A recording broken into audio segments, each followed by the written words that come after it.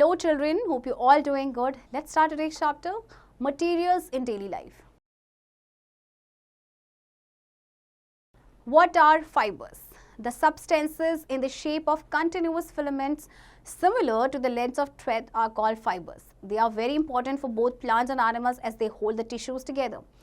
Fibers are spun into thread, string or rope. They can also be used as a component in new composite materials, many of which have a specialized application in many highly technical fields. They can also be matted into sheets to make products such as cloth or felt. Fibers are thus used in the manufacture of many materials.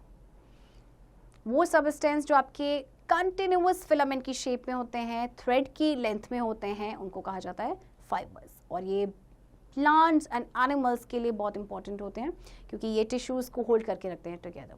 Fibres को spun किया जाता है thread में, string में and रोप में. उसके बाद इससे एक न्यू कॉम्पोजिट मटेरियल बनता है जिसे कहा जाता है fabric. Right. Yarn is made into thread from cotton balls by the process of spinning. Then this thread is woven into cloth in looms. Fine clothing can be made from a number of varieties of cotton fabrics. This is all about turning fibers into fabrics that have a lot of uses, from clothing to furnishing.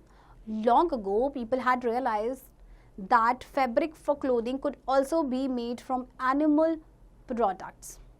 अच्छा देखिए, yarn जो है वो बनता है आपका thread से, from cotton balls.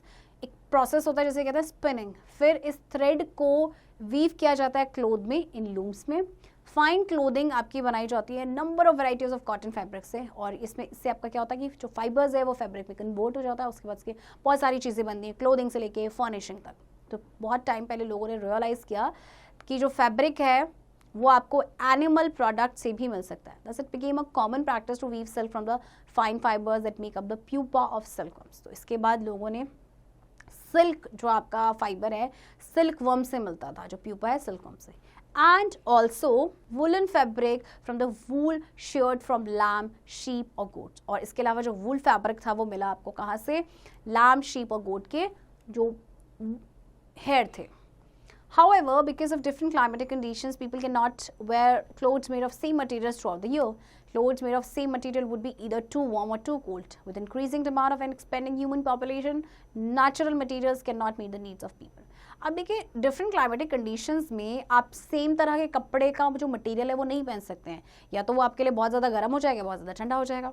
तो इसके बाद जो है ह्यूमन पॉपुलेशन बढ़ी, उनकी डिमांड्स भी इंक्रीज हुई. तो जो नेचुरल मटेरियल्स थे वो लोगों की नीड को फुलफिल नहीं कर पाए. Which type of fabric is the best to be made into garments that can be worn round the year? The efforts have led to the discovery of man-made fibers. These are in the form of long strands of fibers called synthetic fibers. These fibers can also be woven and knitted into fabrics that are similar to those woven from natural materials such as cotton, silk or wool. How are synthetic fibers made? Where do the raw materials come from? अब देखिए, ऐसा fabric चाहिए था कि जिसे round the year पहना जा सके. तो इसके बाद बने सिंथेटिक फाइबर्स जिन्हें मैन ने बनाए. तो इनको भी सिमिलरली नीट और वीव किया जाता है जैसे कि आपके नेचुरल मटेरियल्स को किया जाता है. तो ये किससे बने हुए हैं और रॉ मटेरियल्स कहाँ से आता है? Synthetic fibers are obtained by chemical processes involving two or more substances. They are actually polymers in the form of long strands of fibers woven and knitted into fabrics just like cotton, silk or wool. ये आपके chemical process से obtain किए जाते हैं जिसमें दो या दो से ज़्यादा सब्सटेंसेस होते हैं. ये एक्चुअली पॉलीमर्स होते हैं, लंबे लंबे स्ट्रैंड्स या फाइबर्स की फॉर्म में, जिनको वीव किया जाता है, निट किया जाता है फैब्रिक में, जैसे कॉटन, सिल्क और वूल को किया जाता है. What is a polymer? Polymer is a long chain of molecules. It is made up of a large number of monomer molecules joined end to end to form a large molecule. You may be surprised to know that there are many polymers that occur naturally, such as rubber, silk, wool, and even cotton.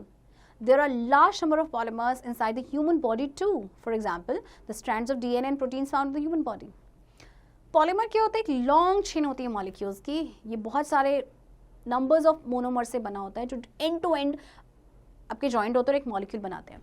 तो आपको पता है कि polymers जो है वो naturally occurring जो चीज़ें होती हैं उनमें भी होती है, जैसे कि रबर, सिल्क, वूल और कॉटन में भी.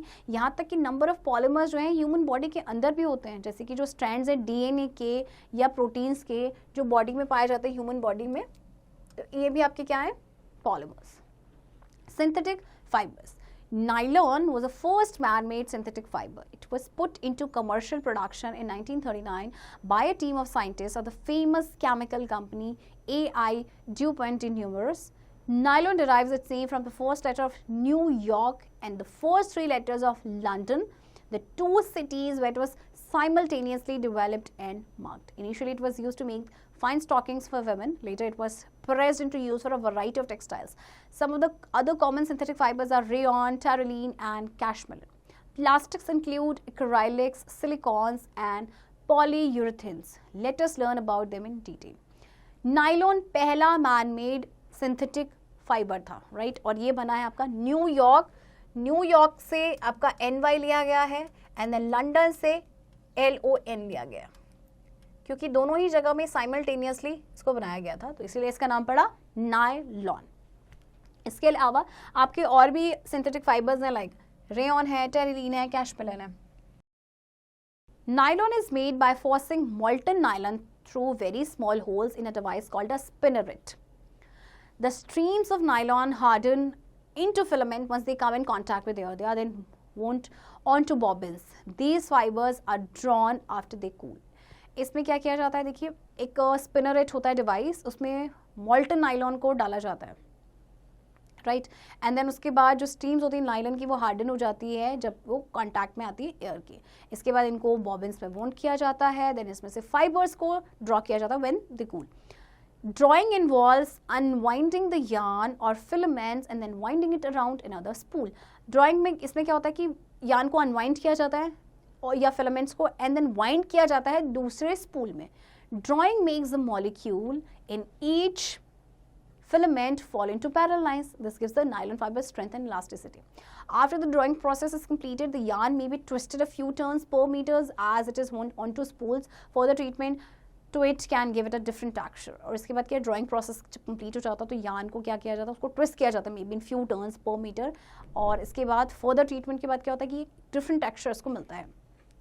Nylon is a polymer material made of polyamide in which the monomer is an amide. Chemically, nylon fibers resemble those of silk and are very strong, tough and water resistant.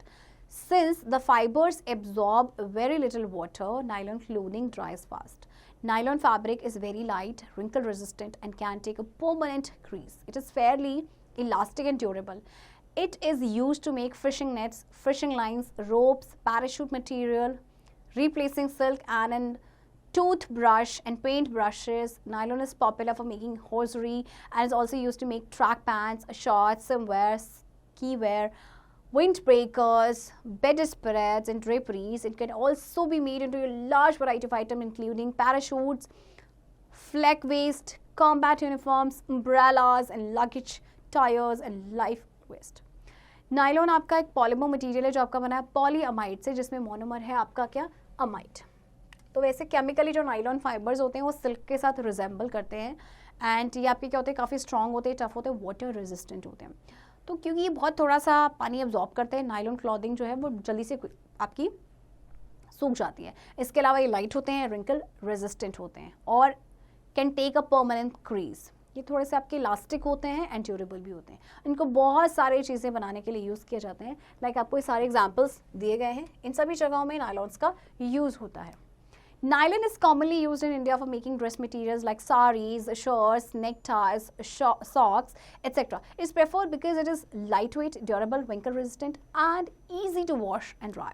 Moreover, it is resistant to attack by moths and other insects. But since nylon monofilament fishing line is prone to give way if abraded, that is pulled over a rough surface and scratched, it has to be handled carefully. In the form of moldings, however, nylon turns in a very satisfactory performance. देखिए nylon को बहुत सारी चीज़ें बनाने के लिए use किया जाता है इंडिया में, लाइक साड़ीज, शर्ट, नेक टाइज एक्सेट्रा। इसको प्रेफर इसलिए किया जाता है क्योंकि लाइट वेट होता है, ड्यूरेबल, रिंकल रेजिस्टेंट होता है and easy to wash and dry. और सबसे बड़ी बात कि it is resistant to attack by moths and other insects. और मोल्डिंग्स की फॉर्म में हाउएवर जो नायलॉन है उसने काफ़ी सेटिस्फैक्ट्री उसकी परफॉर्मेंस है। Rayon is a type of synthetic fiber that resembles silk in appearance. There are many varieties of rayon, all of which are obtained from cellulose, including paper pulp. It is used in the manufacture of dress materials such as saris, caps and aprons. It is sometimes mixed with cotton in the same ratio. It has many uses in the medical field, example for making gauze bands and lint for dressing of wounds. Tire cords are also made from rayon. Beautiful, durable carpets can be made by using yarn, that is a blend of rayon and wool. Rayon आपका एक type of synthetic fibre है जो कि silk के साथ resemble करता है इन appearance में. तो बहुत सारी वैरायटीज़ हैं रेयन की जो कि आपकी सेल्यूलोज से मिलती हैं. सेल्यूलोज इसमें आपका पेपर पल्प भी होता है.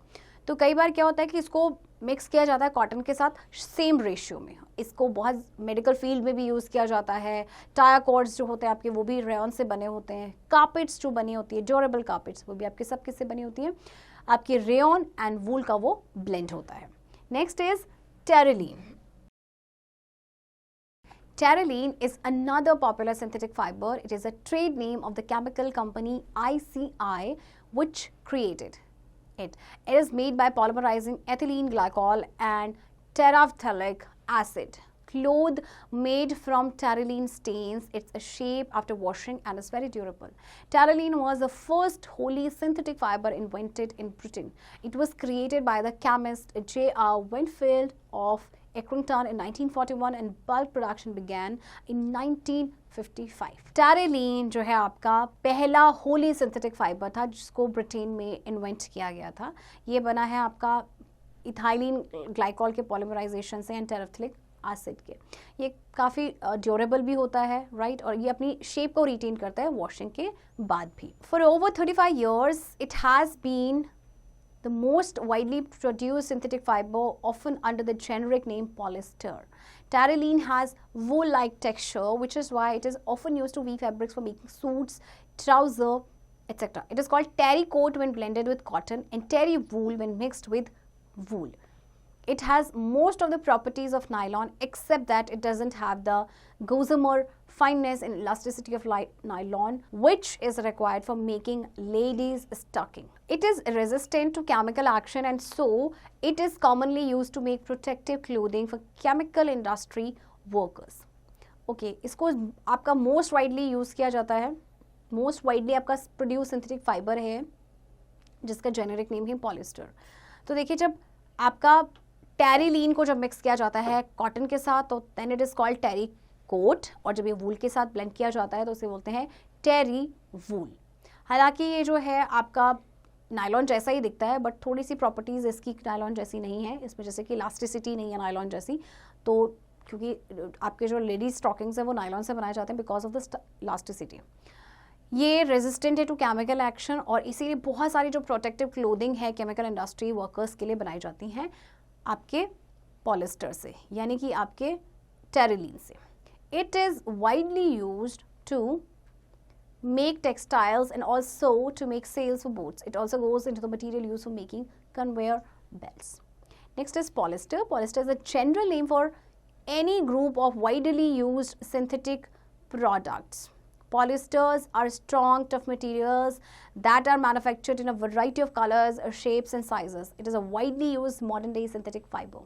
It is the most used fiber in the United States, with nylon coming in second. It is made of a large number of molecules of the ester group in which the monomer could be terylene, terene or decrin. The raw materials to manufacture them are byproducts of petroleum refineries. Polyesters are manufactured in three basic forms: fibers, films and plastic. Polyester जो है आपका generic name है, आपके जो widely used synthetic products हैं उनके लिए use किया जाता है. Polyesters आपके strong होते हैं, tough materials जो कि manufacture किए जाते हैं variety of colors में, shapes में and sizes में. इसको widely यूज़ किया जाता है. आपका ये modern day synthetic fiber है और सेकेंड नायलॉन की बारी आती है. ये बहुत सारे नंबर ऑफ मॉलिक्यूल से बना होता है एस्टर ग्रुप के जिसमें मोनोमर आपके होते हैं टेरिलीन, टेरीन या फिर डेक्रिन भी हो सकते हैं. तो आपके जो पॉलिस्टर्स हैं मैन्युफैक्चर किए जाते हैं थ्री बेसिक फॉर्म्स में, वो है आपके fibres, films and plastics. Polyester fibres are used to make fabrics. Polyethylene terephthalate or simply PET is the most common polyester used for fiber purposes. This is the polymer used for making soft drink bottles. Recycling PET by remelting it and extruding it as fiber saves raw materials as well as energy. It is very popular because of its unique properties such as resistance towards chemicals, heat and sunlight. It resists wrinkling, is easy to launder, it dries quickly and is resistant to stretching and shrinking. It is very tough and long lasting. It can be blended with the natural fibers to make many varieties of fabrics. अब देखिए polyester fibres जो हैं आपके fabric बनाने के लिए use किए जाते हैं आपके राइट. तो आपका जैसे कि पॉलीथाइलीन, टेरेफ्थलेट और सिंपली जिसको पेट कहा जाता है, ये मोस्ट कॉमन पॉलिस्टर है जो को फाइबर पर्पस के लिए यूज़ किया जाता है राइट. आपकी जो पॉलीमर है ये सॉफ्ट ड्रिंक्स की बॉटल्स बनाने के लिए यूज़ किया जाता है. रिसाइकलिंग जो होता है पेट का, जब उसको रीमेल्ट किया जाता है राइट, तो इससे आपका क्या होता है, रॉ मटेरियल बच जाता है, काफ़ी एनर्जी भी बच जाती है और ये बहुत पॉपुलर भी है क्योंकि इसकी यूनिक प्रॉपर्टीज़ है जैसे कि resistance towards chemical, heat and sunlight, जो कि बहुत इंपॉर्टेंट है right. PET is made using ethylene glycol with either terephthalic acid or methyl ester in the presence of an antimony catalyst. In order to achieve high molecular weight needed to form useful fibers, the reaction has to be carried out at high temperatures and in vacuum. Okay तो देखिए reactions जो हैं आपकी high temperature और vacuum में होती हैं अगर हमें क्या अचीव करना, हाई मॉलिक्यूलर वेट अचीव करना है. Mineral fibers. The most well-known mineral fibers are glass and metal fibers. Fiberglass made from specific glass formulas and optical fiber made from purified natural cords are also man-made fibers that come from natural raw materials. Fiberglass is impervious to weather and most chemicals and is commonly used to make boats, car bodies and waterproof cabinets. It is very light and strong. Optical fiber is widely used to make cables used to carry voice and data transmission as in telephone and internet connections. जो आपका well known mineral fibres है वो आपके क्या हैं, glass and metal fibres. Fibre glass, इसके बारे में आपने सुना होगा, ये आपका बना होता है specific glass formulas and fibres से, ऑप्टिकल फाइबर्स से, जो कि आपका बनता है प्योरीफाइड नेचुरल कॉर्ड से और आपके मैनमेड फाइबर से भी जो आपके रॉ मटेरियल से आते हैं, नेचुरल रॉ मटेरियल से.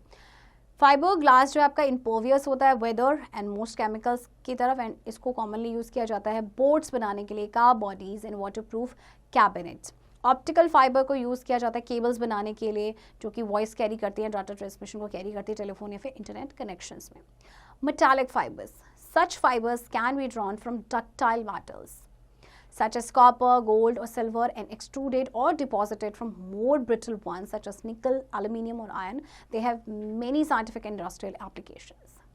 कुछ फाइबर्स को आपके जो डक्टाइल्स होते हैं, डक्टाइल यानी जिनसे हम इजीली वायर बना सकते हैं, तो कुछ फाइबर्स को आपका जो है ड्रॉ किया जाता है फ्रॉम डक्टाइल मेटल से जैसे कि कॉपर, गोल्ड या सिल्वर एंड देन उनको डिपॉजिट किया जाता है मोर ब्रिटल्स वन में जैसे कि निकल, एल्यूमिनियम या फिर आयरन में. Carbon fibres are often based on carbonised polymers but the end product is pure carbon. Carbon fibre composite materials are widely used today in items ranging from tennis rackets to space shuttles. तो देखिए tennis rackets हो गए आपके या फिर space shuttles बनाने के लिए कार्बन फाइबर्स का यूज़ किया जाता है. You must have noticed that use of synthetic fiber has become common. Can you explain why? What could be the reason? Are they very advantageous for us or is it only because they are long lasting? We see that although advances in the field of science have made our lives more comfortable, we have to compromise sometimes and choose natural materials over synthetic substitutes. Are there more synthetic materials around? Let us find out which ones they are. देखिए science में इतनी advancement हो गई है, हमारी life comfortable बन गई हैं, बट कई बार क्या होता है कि हम नेचुरल मटेरियल्स को चूज करते हैं over synthetic substitutes. Activity 2.1. Take some pieces of cotton, wool, nylon and rayon, dip them in water in a 10% caustic soda solution and vinegar separately in different containers. What do you observe? Wool is soluble in caustic soda while cotton, nylon and rayon are soluble in vinegar. If you are given samples of the above mentioned varieties of fabrics, how will you identify them? Let us perform an activity involving burning the threads to identify them. अच्छा आपको इनके pieces लेने हैं और इनको dip करना है 10% caustic solution, soda solution and vinegar में सेपरेटली. तो आप ऑब्जर्व करेंगे कि जो वूल है वो कॉस्टिक सोडा में आपका सॉल्युबल है और बाकी जो बचे यानी कॉटन, नायलॉन और रेयॉन ये सॉल्युबल है आपके विनेगर में. You would remember that we have discussed polymers at the beginning of the chapter. Polymers are long chains of monomer molecules joined end to end to form a large molecule. When these polymers are molded into resins, another synthetic material is obtained called plastic. तो देखिए हमने polymers के बारे में discuss किया था chapter के beginning में. पॉलीमर्स आपकी लंबी चेन्स होती है मोनोमर मॉलिक्यूल्स की जो जॉइंट होती है एंड टू एंड और उसके बाद एक लार्ज मॉलिक्यूल बनाती है. तो ये जो पॉलीमर्स को मोल्ड किया जाता है रेजिन्स में, देन एक दूसरा सिंथेटिक मटेरियल बनता है जिसे कहते हैं plastic. Here is a table given to you. इसमें एडवांटेजेस बता रखे हैं सिंथेटिक फाइबर्स के एंड डिसएडवांटेजेस भी बताए हैं. You will have to go through this table. Plastic. Plastic is an extremely versatile material with an almost endless variety of uses. Human life has been transformed ever since its discovery. It is no wonder that the period from the 20th century till now is known as the Plastic Age, just as the earlier periods were known as Stone Age, Bronze Age or Iron Age. Today, it is quite common to see plastic replacing iron, aluminium, wood, glass, cotton, clothes, etc. in a variety of applications. As the number of goods made of plastic constantly increases, we realize all too well the extent of its versatility. Plastic आपको हर जगह मिलेगा. आप अपने घरों में देख लीजिए, हर जगह आपको प्लास्टिक मिलेगा. एक ये वर्सेटाइल मटेरियल है, इसकी एंडलेस यूजेस हैं, एंडलेस वैरायटी हैं इसकी, राइट. और आज के टाइम पे जो है इसने aluminium, would, glass, cotton in सभी को रिप्लेस कर दिया गया. और आपको मालूम है कि जो पीरियड है जो 20th सेंचुरी से till now, that is called plastic age, because everything we see और बहुत सारी चीज़ें हम इतनी जो यूज़ करते हैं प्लास्टिक से बनी हुई हैं, राइट. तो इसको हर जगह आपके यूज़ किया जाता है. तो ऐसा क्यों है? The main reason why plastics have replaced traditional raw materials that they are cheap, durable and recyclable. तो मेन रीज़न आपके यही है कि ये चीप, ड्यूरेबल एंड रिसाइक्लेबल है. Let us discuss the properties of plastic in detail. Properties of plastic. Plastics are strong and corrosion resistant. Almost anything can be stored in plastic containers. They are light in weight and easy to handle. Plastic can be molded in any shape when it is heated and can also be reused. Plastics are non-conductors of heat and electricity. That is why they are used to make handles of containers and electric fittings. अब देखिए आपके plastic क्या है? Strong है, corrosion resistant है, हर चीज़ को, almost हर चीज़ को उसमें स्टोर करके रखा जा सकता है. लाइट वेट है, इनको हीट किया जाता है और इसके बाद कोई रीयूज़ भी किया जा सकता है, राइट. हीट करके इनको दूसरी शेप में मोल्ड किया जाता है. ये आपके नॉन कंडक्टर्स होते हैं हीट एंड इलेक्ट्रिसिटी के. इसीलिए जो कंटेनर्स के हैंडल्स हैं, इलेक्ट्रिसिटी फिटिंग्स हैं, वो आपकी प्लास्टिक से बनती हैं. But they are prone to melting quickly at high temperatures. They can be molded in bright colors that increase their attractiveness. Plastic may be transparent, translucent or opaque. Okay, but क्या होता है कि high temperature पे ये melt होना शुरू हो जाते हैं जल्दी से. इनको ब्राइट कलर्स में मोल्ड किया जा सकता है. प्लास्टिक आपके ट्रांसपेरेंट, ट्रांसलूसेंट एंड ओपेक तीनों ही होते हैं. Types of plastics. Plastics are of two types, thermoplastics and thermosetting plastics. Thermoplastics become soft on heating. They can be melted repeatedly by heating. That is, they can be thus be reshaped again and again since they regain their properties on cooling. Polythene, polystyrene and polyvinyl chloride are some of the common examples of thermoplastic. अब आपके दो तरह के plastics हैं, thermoplastic and thermosetting. Thermoplastic जो है heat होने पे सॉफ्ट हो जाता है, तो इसको मेल्ट किया जा सकता है repeatedly on heating and then इसको रीशेप किया जा सकता है अगेन एंड अगेन. इसके कुछ एग्जांपल्स हैं आपके PVC, polythene and polystyrene. Thermosetting plastics do not become soft on being exposed to moderately high temperature. They can thus be molded only once and cannot be reshaped again and again because the molecular structure of these plastic changes when they are heated above certain temperatures. These materials become very hard when processed, for example, formica, melamine and bakelite. अब thermosetting plastics क्या हैं आपके? ये soft नहीं होते हैं अगर इनको हाई टेम्परेचर पे भी हम रखें तो. इनको सिर्फ एक ही बार आपका मोल्ड किया जा सकता है और इनको अगेन एंड अगेन शेप नहीं किया जा सकता है, क्योंकि आपका क्या होता है कि जो मॉलिक्यूलर स्ट्रक्चर होता है इन प्लास्टिक्स का वो चेंज हो जाता है अगर इनको हीट किया जाता है कुछ सर्टेन टेम्परेचर से ऊपर. तो इसके एग्जाम्पल्स हैं आपके Formica, melamine and bakelite. Let us discuss some commonly used plastics. The most commonly used plastic is polythene. which is a thermoplastic. It is tough but flexible polymer of ethene molecules. It is translucent, so it can be molded into various shapes and rolled into thin sheets. Hence, it is used to make shopping and carry bags. It is resistant to chemicals and is corrosion free. It is a bad conductor of heat and electricity. Water has no effect on it. That is why it is used as waterproofing material. Polythene has several uses. It is used in the manufacture of containers, packaging material, water bottles, etc. You must be familiar with the black colored water tanks seen on the rooftops of houses. Do you know what they are made up of? अच्छा देखिए, polythene सबको पता है polythene के बारे में, है ना. इसको शेप किया जा सकता है, रोल किया जा सकता है थिन शीट्स में. कैरी बैग्स आपके पॉलीथीन से बनते हैं, शॉपिंग बैग्स जो आपके पॉलीथीन से बनते हैं, राइट. ये रेजिस्टेंट होता है to chemicals and corrosion free होता है, राइट. और इसके अलावा ये आपका बैड कंडक्टर होता है हीट एंड इलेक्ट्रिसिटी का. वाटर का इस पर कोई भी इफेक्ट नहीं होता है, इसीलिए इसको as a waterproofing material use किया जाता है. अच्छा, इसके बाद देखिए कि आपने ब्लैक कलर्ड वाटर टैंक्स देखिए अपने रूफटॉप पे, सबकी होती है ना ये ऐसे टैंक्स जो होती हैं. तो ये किससे बने होते हैं? पॉलीविनाइल क्लोराइड और PVC is a polymer of the same monomer molecules, vinyl chloride. It is tougher than polythene. It is also resistant to corrosion. Insects cannot eat into it. It is commonly used as insulation on electric wires, PVC pipes, pipe fittings, bathroom fittings, shower curtains, mugs, buckets, water tanks, flooring material, etc. Shoes with PVC soles are non-slipping and very durable. It is commonly used to make raincoats, handbags, suitcases, car seats, furniture, refrigerator linings, tarpaulin, credit cards, and a host of other items of daily use. PVC जिसके full form है polyvinyl chloride, ये polymer है same monomer molecule vinyl chloride का. ये polythene से tougher होता है थोड़ा सा, ये रेजिस्टेंट होता है टू कॉरोजन. इंसेक्ट इसको नहीं खा सकते हैं एंड कॉमनली इसको यूज़ किया जाता है इन सभी जगहों में, राइट. शूज़ जो आपके PVC सोल्स के होते हैं नॉन स्लिपिंग होते हैं, बहुत ड्यूरेबल होते हैं.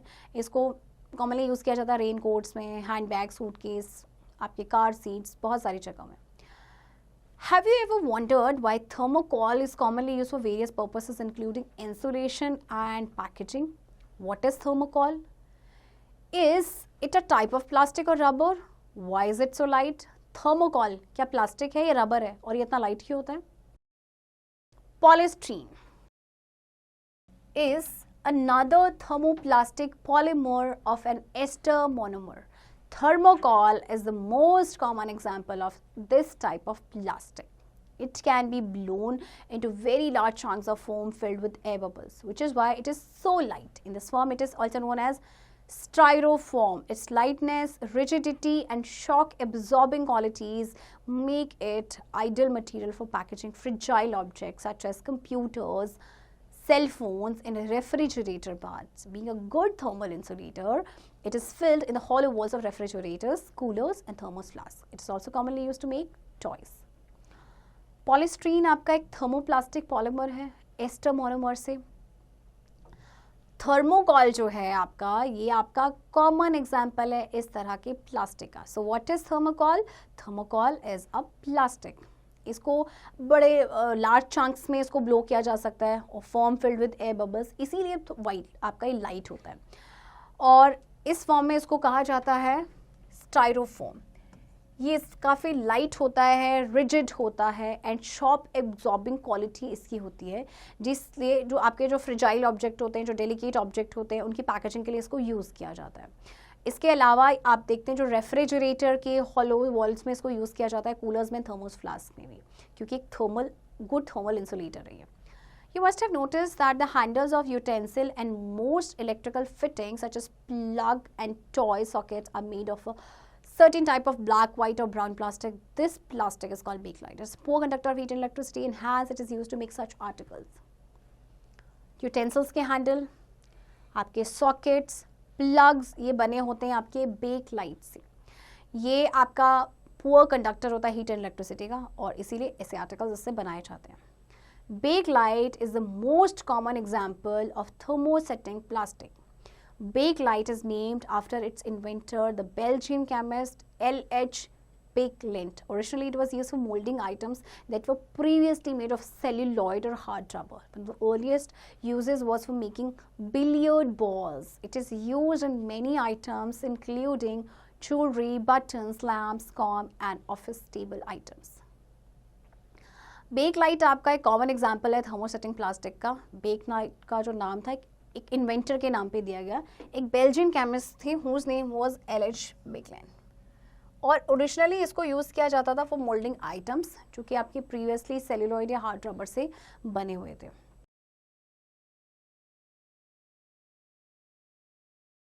It is hard and non-flexible, but once it breaks, it cannot be rejoined, remolded or reshaped. It is also used to make radio, telephone, television cabinets and even artificial leather. ये आपका hard और non flexible होता है, तो एक बार ये break हो गया तो इसको रिजॉइन नहीं किया जा सकता, ना ही रीमोल्ड किया जा सकता, ना ही रीशेप किया जा सकता. तो इसको कहाँ कहाँ यूज़ किया जाता है, देखिए इन सभी चीज़ें को बनाने के लिए. Thus we see that plastic is a very useful thing that has made life safe, easy and comfortable in many ways. But have you wondered whether it may also be menace? Why is there so much talk of pollution? Does plastic have any role in this? Let us study the problem a little more closely. अब देखिए plastic इतना useful तो है, हमारी life को comfortable भी बना दिया गया है, लेकिन क्या ये सच में हमारे लिए यूज़फुल है? क्या इससे पोल्यूशन नहीं होता है? तो चलिए इन सभी सवालों के जवाब हम जानेंगे. सबसे पहले हम करते हैं activity 2.1. Take a vessel made of stainless steel, half fill it water and put it on a gas stove. After 5 minutes, try to remove the vessel from the fire. Are you able to do so? Since the vessel has become very hot, you will burn your hands unless you use tongs, pliers or mittens to remove it. Now repeat the process, but this time use a saucepan that is a handle. What do you find? You are able to remove the saucepan from the stove easily because it has a bakelite handle. What do you conclude from this activity? Stainless steel का बर्तन लेना है, पानी से भर देंगे, आप उसे गैस स्टोव पे रखेंगे, उसको गर्म करेंगे. थोड़ी देर के बाद 5 मिनट के बाद आप उसको उठाएंगे. आपके लिए वो पकड़ना बहुत मुश्किल हो जाएगा क्योंकि वो बहुत गर्म है. अब आप एक सॉस पैन लेंगे जिसका हैंडल बना होगा बेकलाइट से. आप उसको गर्म कीजिए और आप उसको हैंडल से उठाइए. आप उसको आराम से ईजिली उसको उठा पाएंगे. तो यहाँ से इस एक्टिविटी से आपने क्या कंक्लूड किया कि जो प्लास्टिक है एक्चुअल में आपने उसको ईजिली पकड़ लिया. प्लास्टिक जो है वो बैड कंडक्टर ऑफ हीट है, राइट? इसीलिए उसको हैंडल्स बनाने के लिए यूज़ किया जाता है. We have had an overview of the variety of synthetic textile fibres and plastic. Do we use other materials that are synthetic? In which other fields have scientists put their efforts so as to make life easier? Let us try and find out. Synthetic materials. As human population expanded, natural things could not possibly meet the demand for a vast variety of products. Then came a revolution in the field of synthetic materials, beginning with the successful use of synthetic textile fibers and plastics. देखिए human population आपकी expand हुई तो natural जो things थी वो possibly जो needs थी, demands जो थी उनको फुलफिल नहीं कर पा रहे थे. तो देन एक रेवोल्यूशन आया सिंथेटिक मटेरियल्स के फील्ड में. इसमें आपके सिंथेटिक टेक्सटाइल फाइबर्स बने, प्लास्टिक्स बने, right? So here is a table given to you. इसमें आपको एडवांटेजेस दिए गए हैं प्लास्टिक्स के एंड डिसएडवांटेजेस दिए गए हैं प्लास्टिक्स के. The demand for soap shot up after the Second World War. So scientists stepped up efforts to make materials that replicated the foaming, cleansing action of soap and water on clothes. Leftover chemical substances obtained from petroleum products were treated with sulfuric acid to invent a new soap-like product known as detergent. It had the same molecular structure as soap. In fact, detergent is often considered better than soap as it is more soluble in water. Moreover, unlike soap, it works well even with hard water and does not form an insoluble scum of calcium and magnesium ions with hard water. Thus, it has a stronger cleansing action than soap. Second world war के बाद एकदम से जो soap की demand थी वो बढ़ गई. अब तो साइंटिस्ट ने क्या किया कि ऐसा मटेरियल उन्होंने तलाशा जो उसको रेप्लिकेट कर सके, राइट? यानी कि जो फोम या क्लिनजिंग एक्शन है सोप का या वाटर का जो क्लोथ पे था उसको रेप्लिकेट कर सके। तो उसके बाद उन्होंने एक नया जो प्रोडक्ट था वो बनाया, वो था आपका डिटर्जेंट। इसके सेम मॉलिक्यूलर स्ट्रक्चर है जैसे सोप की हो, और इनफैक्ट डिटर्जेंट जो है वो उसको ज़्यादा बेटर माना जाता है सोप के कंपैरेटिवली, क्योंकि ये ज़्यादा सॉल्युबल होता है वाटर में, एंड इसके अलावा ये हार्ड वाटर में भी बहुत अच्छे से काम करता है जो कि सोप नहीं कर पाते हैं, राइट। और इसका स्ट्रॉन्गर क्लेंजिंग एक्शन होता है then soap. Detergents have many disadvantages too. They are non-biodegradable and cause water pollution. They can destroy or harm aquatic life. अब डिटर्जेंट के फायदे हैं तो साथ साथ नुकसान भी है। सबसे पहले तो नॉन बायोडिग्रेडेबल है, राइट, और ये aquatic लाइफ को भी डिस्ट्रॉय करता है। Activity 2.3, take 4 test tubes, label them A, B, C and D. Fill test tube A and B with some soft water. In test tube C and D, fill some hard water. Now add soap in test tube A and C and add some detergent in the test tube B and D. Shake all the test tubes thoroughly. Would you observe? आपको 4 test tubes लेनी, A, B, C, D. A, B में soft water डालना है, C, D में आपको hard water डालना है। अब A एंड C में आपको डालना है सोप एंड आपको डालना है डिटर्जेंट B एंड D में। अच्छे से शेक करना है एंड देन उसके बाद ऑब्जर्व करना है। Test tubes filled with soft water dissolve soap and detergent very well, but in test tube C and D, the soap and detergent do not dissolve well. What about the leather? Do you find the same amount of leather in both test tubes? The test tubes filled with soft water give more leather. 2. You may test these solutions of test tube C and D by using them to wash a piece of cloth. Which solution gives better results? Can you explain why this is so? तो आप notice करेंगे, देखिए जो soft water में आपका soap and detergent जो आपने डाला था वो क्विकली डिजोल्व हो गया, अच्छे से डिजोल्व हो गया है, बट जो आपका हार्ड वाटर में था उसमें आपका जो सोप एंड डिटर्जेंट है वो अच्छे से डिजोल्व नहीं हुआ। एंड लेदर यानी झाग किस में आया? ऑफ कोर्स आपका जो लेदर आपका था जिसमें आपका सॉफ्ट वाटर था। Fertilizers. Ever since the world population expanded rapidly from the 18th century, there has been a need to increase crop yields. It was clear that in order to make crops grow more faster, more nutrients had to be added to the soil so that plants could absorb them. We all know that the demand for nutrients like nitrogen, potassium and phosphorus increases as soil loses its fertility over time. The only way in which soil quality can be replenished is by artificial means, that is by adding chemical fertilizers to the soils. The use of fertilizers helped to increase crop yields. Okay, अब world की population expand हुई rapidly from the 18th century. अब क्या था कि crop yield भी ज़्यादा होना चाहिए था, तो इसके लिए क्या करना था कि उनको हमें चाहिए कि क्रॉप्स जो है जल्दी ग्रो करें, उनमें ज़्यादा न्यूट्रिएंट्स उनको मिले, तो उसके लिए फर्टिलाइजर्स को ऐड किया गया, राइट। तो न्यूट्रिएंट्स की डिमांड जैसे कि नाइट्रोजन, पोटेशियम एंड फॉस्फोरस ये आपके फर्टिलाइजर्स में होते हैं। अब क्योंकि देखिए जो सॉइल है अपनी फर्टिलिटी लूज करती है ओवर टाइम, तो इसीलिए ये जो सारे आपके न्यूट्रिएंट्स इनको रिप्लेनिश करना पड़ता है बाय आर्टिफिशियल मींस, और इस तरह से आपके फर्टिलाइजर्स बने। There are variety of fertilisers which are rich in different nutrients. Nitrogenous fertilisers are ammonium sulphate, ammonium nitrate, ammonium phosphate and urea. Fertilizers rich in nitrogen are required as they help in the formation of proteins. This helps in the growth of plants. Phosphatic fertilizers are essential for root development of plants. They also increase the sugar and starch content of beetroot, potato, and corn plants. Hence, fertilizers rich in phosphorus are added to the soil as when required. Examples of phosphatic fertilizers are ammonium phosphate and superphosphate. The latter increases the yield, enhances the ripening and also improves the quality of plants in general. अब देखिए जो nitrogenous fertilisers हैं वो क्या करते हैं, अब plants को नाइट्रोजन की ज़रूरत होती है प्रोटीन्स के फॉर्मेशन के लिए, राइट, और इससे क्या होगा, प्लांट की ग्रोथ होती है। जो आपके फॉस्फेटिक फर्टिलाइजर्स होते हैं वो प्लांट्स की रूट डेवलपमेंट के लिए काफ़ी इंपॉर्टेंट होते हैं। इसके अलावा ये शुगर एंड स्टार्च कंटेंट को बढ़ाते हैं, लाइक आपका बीटरूट, पोटैटो या कॉर्न प्लांट्स में। तो फर्टिलाइजर रिच जो आपके फॉस्फोरस में होते हैं वो सॉइल में ऐड किए जाते हैं जब इनकी ज़रूरत होती है। तो ये एग्जांपल्स हैं आपके फॉस्फेटिक फर्टिलाइजर्स के। अब ये क्या करते हैं, ये यील्ड इंक्रीज करते हैं, राइपनिंग को एनहांस करते हैं और ऑल्सो प्लांट्स की क्वालिटी को इम्प्रूव भी करते हैं in general. Potassic fertilisers are essential along with nitrogen and phosphorus As potassium is an important element for plant growth, it should be added at the early stages of the crop. Plants benefit from it by becoming stronger and resistant to disease increases. Such fertilizers help in the formation of starch, protein, sugar and fats in plants. और potassium एक important आपका element है plant growth के लिए, तो ये beginning में डाला जाता है, जो क्रॉप की अर्ली स्टेजेस होती है ना उसमें डाला जाता है.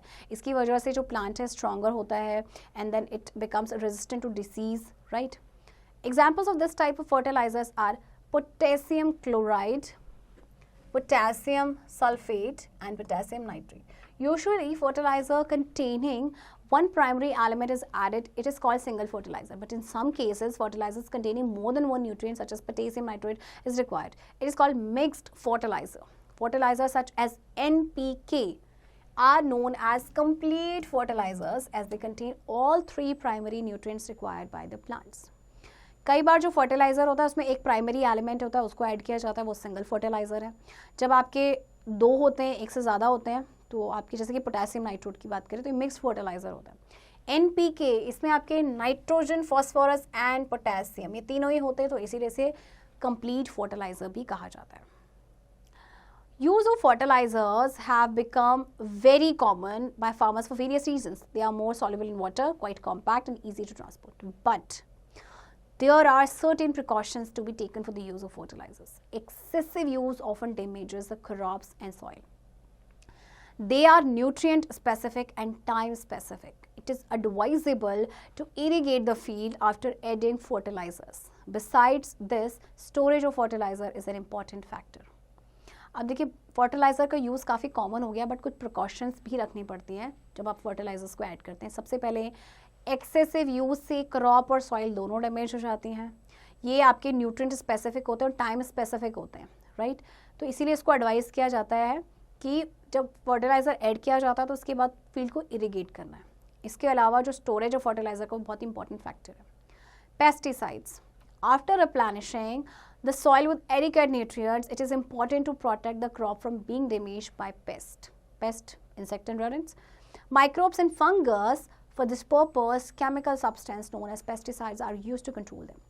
Pesticides are poisonous in nature. They kill the pest but do not harm the plants. Pesticides include insecticides, kill insect, fungicide, destroy fungi, and rodenticide, kill rats and mice. Some commonly used pesticides are DDT, BHC, malathion, gamaxine, heptachlor, methyl, parathion, etc.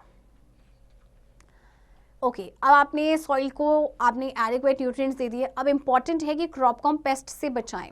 Paste में आपके insect आ जाते हैं, ठीक है, आपके microbes and fungus भी आते हैं, तो इसके लिए पेस्टिसाइड्स का यूज़ किया जाता है. ये आपके पॉइजनस होते हैं, ये पेस्ट को तो किल करते हैं बट ये प्लांट को हार्म नहीं करते. इसमें आपके इंसेक्टिसाइड्स होते हैं पेस्टिसाइड्स के अंदर. इंसेक्टिसाइड जो इंसेक्ट को किल करते हैं, फंगिसाइड जो फंगी को किल करते हैं, एंड रोडेंटिसाइड जो आपके राइट्स या माइस को किल करते हैं. तो कुछ एग्जांपल्स हैं आपके कॉमन पेस्टिसाइड्स के. Ever since farmers have made it a practice to use these chemical substances, there is remarkable improvement in the crop yield. But large-scale use of pesticides can harm the environment because pesticides are toxic in nature. Human health can be seriously affected when they are absorbed by plants and enter the food chain. That is when birds, animals, and humans eat the plants. अब देखिए pesticide डालने से जो है crop yield तो improve होती है, but pesticides का ज़्यादा यूज़ करने से हमारे एनवायरनमेंट को नुकसान भी पहुंचा रहा है क्योंकि ये टॉक्सिक होते हैं, राइट. ह्यूमन हेल्थ जो है वो सीरियसली अफेक्ट हो जाती है जब इसे प्लांट एब्जॉर्ब कर लेते हैं, देन फूड चेन के थ्रू फिर ये एंटर करते हैं बर्ड्स में, एनिमल्स में, देन ह्यूमंस में. The sharp decline of vultures attributed to pesticide built up in the bodies of animals. When these animals or birds die and are eaten by vulture, the concentration of toxins in the carcasses spell doom for the vultures. This is just a symptom of the way the environment is being damaged, as we will also be affected in the long run if we do not do something about it soon. अब देखिए vultures का decline हो रहा है काफ़ी. क्यों? क्योंकि देखिए जिन ये डेड बॉडीज़ को खाते हैं, यानी डेड बर्ड्स एंड एनिमल्स को ये खाते हैं, उनकी बॉडी में इन टॉक्सिक्स होते हैं, मतलब ये पेस्टिसाइड्स जाते हैं, देन वल्चर्स उन्हें खाते हैं, तो अल्टीमेटली उन्हें हार्म करता है. तो ये इस तरह से सीरियसली काफ़ी अफेक्ट कर रहा है और लॉन्ग रन में तो बहुत ज़्यादा अफेक्ट करेगा. तो इसीलिए हमें कुछ स्टेप्स उठाने पड़ेंगे. Many precautions need to be taken in the use of pesticide, especially as far as the time intervals and dose are concerned. The dose should never exceed the optimum quantity and time intervals should be as recommended by the manufacturers or health authorities. सबसे पहले तो हमेशा optimum quantity में ही use करना है, access use नहीं करना है, और टाइम इंटरवल जो है जो आपको रेकमेंड किया गया है बाय द मैन्युफैक्चरर या हेल्थ अथॉरिटीज़ को, आप उसी टाइम इंटरवल में ही इसको यूज़ करना है. It is said that plants become immune to pesticides but human beings are harmed. Spraying of pesticides should be done very carefully as a person who sprays is prone to inhale these substances and develop bronchial problems. It is advisable to wash vegetables and fruits thoroughly after buying them. आधे plants तो जो है वो immune बन चुके हैं pesticide से, but human beings को हार्म हो रहा है. जो पेस्टिसाइड स्प्रे करते हैं उनको केयरफुली करना चाहिए, क्योंकि अगर वो इन सब्सटेंसेस को इनहेल करेंगे तो ब्रोंकियल प्रॉब्लम्स हो सकती हैं. आपके फ्रूट्स एंड वेजिटेबल्स, आपको बोला जाता है ना कि उनको ईट करने से पहले वॉश करना चाहिए. Synthetic materials are injurious to the environment and affect human life to a great extent. A joint effort by everyone is called for to either use these products judiciously or gradually switch over to natural methods of crop protection wherever possible. तो देखिए जो synthetic materials हैं हम सभी की health के लिए काफ़ी इंजरियस है. तो एक जॉइंट एफर्ट्स हर किसी को करना चाहिए कि हम इन प्रोडक्ट्स को जुडिशियसली यूज़ करें एंड ग्रेजुअली हम स्विच करें to natural methods of crop protection जहाँ पे भी ये पॉसिबल हो.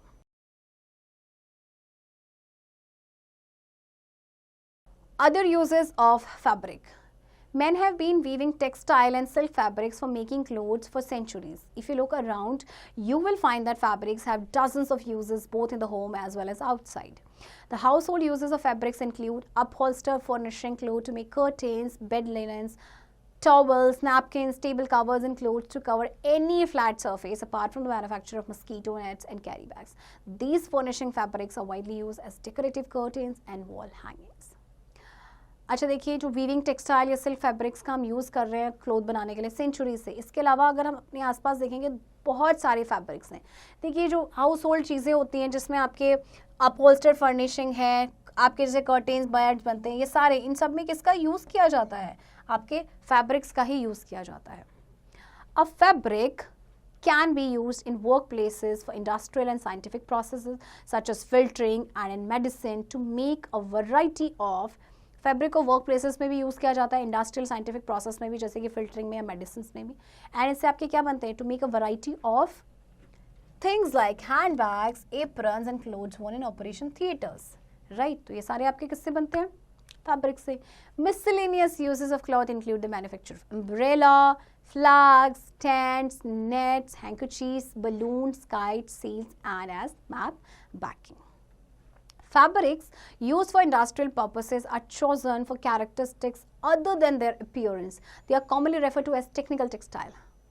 There are medical textile for use in the hospitals, agro-textiles for crop protection, textiles used as protection against heat and radiation, textile for cladding firefighters, and textile that go into the manufacture of bulletproof vest. Kevlar is a material that actually stops the bullet.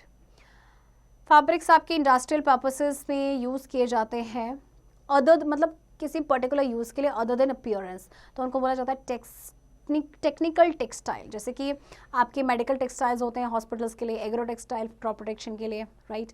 इसके अलावा जैसे कि आपके होते हैं fire fighters के लिए cladding textile for cladding fire fighters and textiles जो कि बुलेट प्रूफ जिससे वेस्ट बनती हैं. Kevlar brand fiber is an innovative technology from DuPont that combines high strength with lightweight to help dramatically improve the performance of a variety of consumer and industrial products. Lightweight and flexible, Kevlar has evolved to do everything from helping save thousands of lives around the world to helping make safer homes and vehicles to help land spacecraft on Mars. Kevlar is light, strong and safe. Kevlar आपका जो brand fibre है एक innovative technology है due point की, जो कि combine करती है high strength with light weight, जो कि ड्रामेटिकली इंप्रूव करती है performance of variety of consumer industrial products. Products of Kevlar. Kevlar comes in a variety of yarns, fabrics and papers that can be built into virtually any solid form. Depending on the application, manufacturers can choose the type of Kevlar that is appropriate for the intended use. All over the world, law enforcement officers wear vests made of Kevlar's brand fiber. Bullet-resistant body armor made with 100% Kevlar brand fiber is a vital way to supplement the safety of training law enforcement officers. अच्छा, जो informant officers, law enforcement officers होते हैं, ये पहनते हैं waste जो कि Kevlar से बनी हुई होती है, ब्रांड फाइबर से. ये बुलेट रेजिस्टेंट होती है, यानी कि बुलेट जो है इस पर स्पॉट नहीं कर पाती है. या आपका बॉडी वार्मर जो है, आर्मर जो है, ये आपका 100% केवलर ब्रांड से बना होता है. और इस तरह से ये सेफ्टी प्रोवाइड करता है लॉ इन्फोर्समेंट officers को. Dragon skin bulletproof vest repel AK-47 rounds. These bulletproof vests are said to be the first ones capable of stopping armor-piercing rounds without using bulky plates. They are said to do work better than traditional vests police use because the fibers are woven tighter, and they are woven in a way that actually tightens up the weave upon impact by a bullet or bleed. They are soft enough to roll up into a ball and are certified for dives, so they are probably appropriate for amphibious missions as well. ये जो bullet proof waste है, इनको ये पहली थी आपकी जो कि किसी भी आर्मर पियर्सिंग राउंड को स्टॉप कर सकती थी बिना किसी बल्कि प्लेट्स के यूज़ किए. तो ये बेटर काम करती हैं आपकी ट्रेडिशनल वेस्ट से जो पुलिस यूज़ करते हैं, बिकॉज जो फाइबर्स होते हैं आपके काफ़ी टाइटर इसमें वीव किए जाते हैं. ये सॉफ्ट होते हैं कि रोल अप कर सकें बॉल में, एंड ये सर्टिफाइड होते हैं आपके डाइव्स के लिए भी. Fibrous materials. Textiles can be made from many materials. These materials come from four main sources: animal, plant, mineral and synthetic. In the past, all textiles were made from natural fibers including plant and mineral sources. It was only in this century that these fibers were supplemented by artificial fibers made from petroleum byproducts. Animal fibers are commonly made from hair or fur. Silk is an animal fiber too, made from the cocoon of the silkworm, which is then spun into a smooth, shiny fabric that is highly valued and admired for its fine texture. देखिए, पहले जो है सिर्फ natural fibres का use किया जाता था. इसके बाद इस सेंचुरी में आया कि हम पेट्रोलियम बाय प्रोडक्ट से जो आर्टिफिशियल फाइबर्स बने उनको यूज़ किया गया. एनिमल फाइबर्स में आपका सिल्क भी आता है जो कि आपका सिल्क वर्म से मिलता है, सिल्क वर्म के कोकून से मिलता है. Plant fibres are obtained from seed hair, stems, leaves, etc. Some of the examples of fiber extracted from plants are hemp, flax, jute, etc. Only fiber from these plants are utilized, although hemp is a variety of the illegal drug-producing cannabis family, so it is narcotic extract is sometimes misused. Coir, a coconut fiber, is used in making twine, floor mats, door mats, brushes, mattresses, floor tiles, and sacking. Fibers from pulpwood trees, cotton rice, hemp and nettle are used in the manufacture of paper. Plant fibers आपके मिलते हैं seed hair से, stem से, leave से. कुछ आपके हैं जैसे कि एग्जांपल्स है फाइबर जो एक्सट्रैक्ट किए जाते हैं प्लांट से, hemp, flax, jute. Okay, and इसके अलावा कॉयर जो आपको कोकोनट फाइबर है उससे भी बहुत सारी चीज़ें आपकी बनती हैं.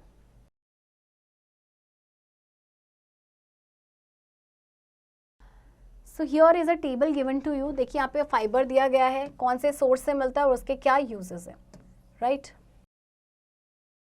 Cotton, flax, jute and hemp are all used in clothing. Pineapple fiber is also used in clothing, generally with a blend of other fabrics such as cotton.